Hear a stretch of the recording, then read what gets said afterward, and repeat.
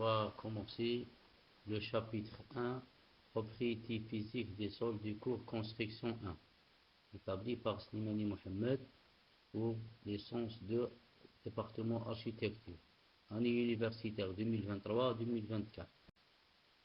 Introduction. Les bâtiments, les ouvrages, les maisons, etc. reposent sur le sol et le dernier résiste, se déforme ou cède sous les charges. Le sol joue un rôle important dans la stabilité des bâtiments, c'est pourquoi il faut bien étudier, généralement pour éviter le glissement terrain et éviter les tassements différentiels. En général, une étude du sol s'intitule étude géotechnique et se divise en deux parties. Une étude des propriétés physiques des sols, dite aussi étude d'identification des sols, et une étude des propriétés mécaniques. C'est dans cette phase qu'on détermine les paramètres de résistance et les paramètres de déformabilité. Formation des sols. On estime que lors de la formation de la Terre, la surface était essentiellement solide.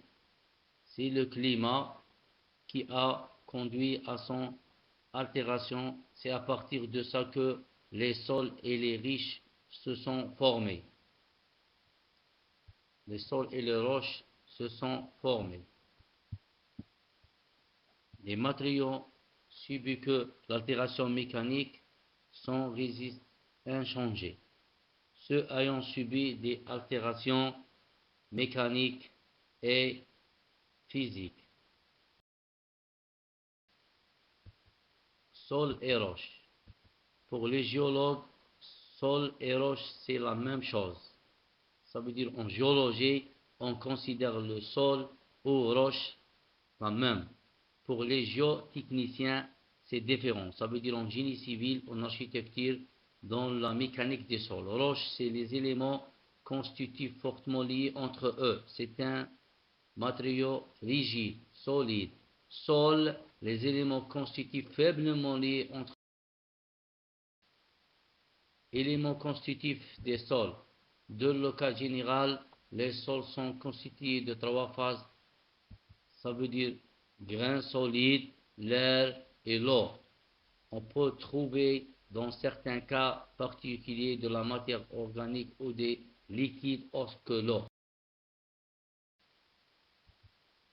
Ça veut dire le poids total est égal au poids de l'eau plus le poids des grains solides. Le volume total est égal au volume de l'air plus volume d'eau plus volume des grains solides.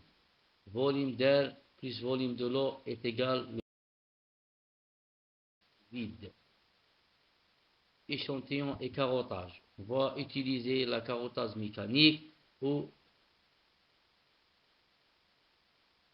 tarière manuelle.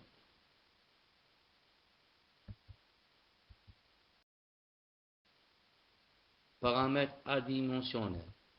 On a la teneur en eau, mesurée dans le TP. C'est un pourcentage d'eau dans le matériau solide. Ça veut dire volume de l'eau divisé par le volume des grains solides, en termes de pourcentage. Propriété, on a la porosité. N est égal au volume des vides sur le volume total. Indice des vides, E, c'est un volume des vides sur le volume des grains solides. On va terminer par le degré de saturation. SR, c'est volume d'eau sur volume des vides. Pourcentage. Un sol saturé, ça veut dire on a un pourcentage de 100%. SR est égal à 1. Paramètre dimensionnel, poids volumique, humide, poids volumique sec et poids volumique saturé